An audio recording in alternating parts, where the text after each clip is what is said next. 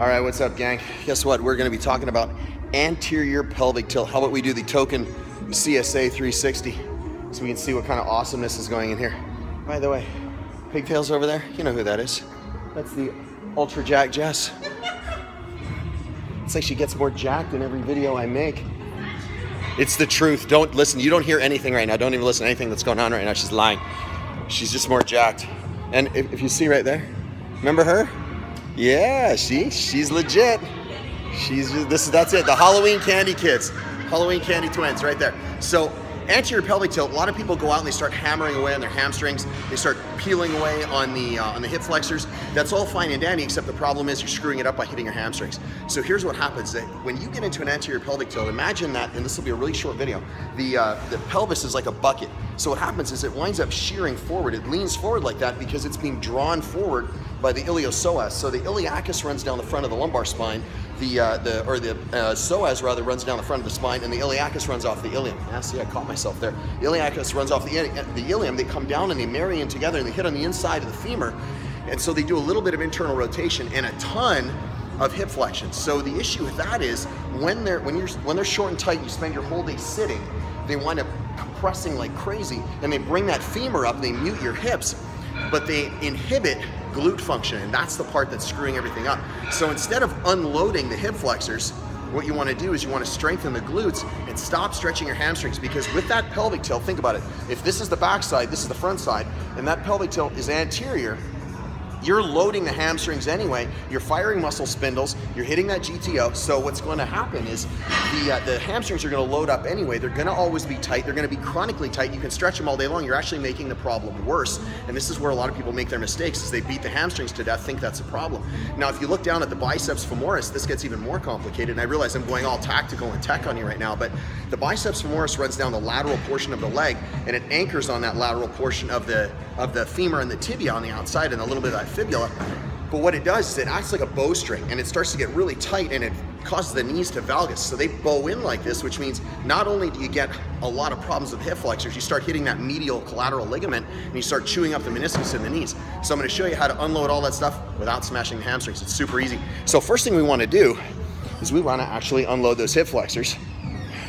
This is straightforward stuff. This is anatomy 101, and we know this. So the issue is when people are doing the couch stretch or any other stretch like that, they're missing the internal rotation factor of that iliacus and that psoas. And here's how you're gonna hit it.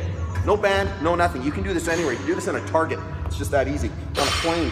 You guys have actually seen me do this on a video on a plane. So you're gonna do three things. So this is the first one. You wanna take this hip and you wanna actually drive it open. The way you drive it open is teach your glutes to turn on.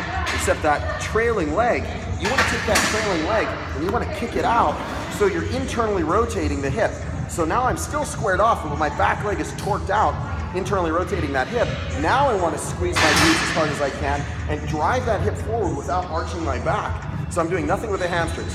Hang out like this. You're going to find that your hamstrings unload all on their own by taking care of that anterior pelvic tilt. Hang out like this for how long? 2 minutes. That's number one. Number two, super easy. This is the fun part. So we grab, I have one here, there it is. I'm looking all over the place for my stuff. So what we do, I'm gonna do this, is we grab a kettlebell. Doesn't matter the weight. What we wanna do is we wanna induce a stretch on the entire hip flexor complex, including that rectus femoris, that sartorius, all the stuff that comes here and mutes up that pelvis. We wanna work that into a nice stretch while strengthening the glutes at the same time. So it's mostly like glute max. So grab on the opposite side of the side that's gonna be the trailing leg. Super easy. You're just gonna take a 90-90 lunge.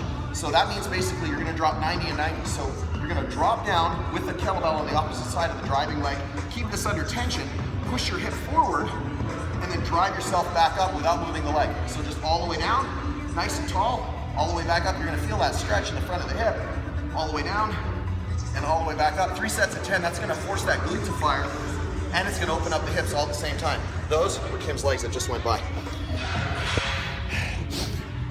You know why? She's just showing off. That's what she's doing. And then the last one, see? Did you guys catch that? You guys catch that stink eye I got? That was awesome. She doesn't mess around. The last one we're gonna do is we're gonna hit that. It's the only time we're gonna do this. We're gonna hit that that biceps, or the biceps femoris. and the adductors to help unload a lot of that internal rotation. This is the only thing you're gonna do that's a little bit different than just stretching your hamstrings, because you're just making it worse. So you're gonna go wide on the rig. Dig the shoes, huh? Nice, classic gun bottom, super legit. You're gonna grab the rig, lock the knees out, and you're just gonna pull yourself forward, but I want you to stay upright.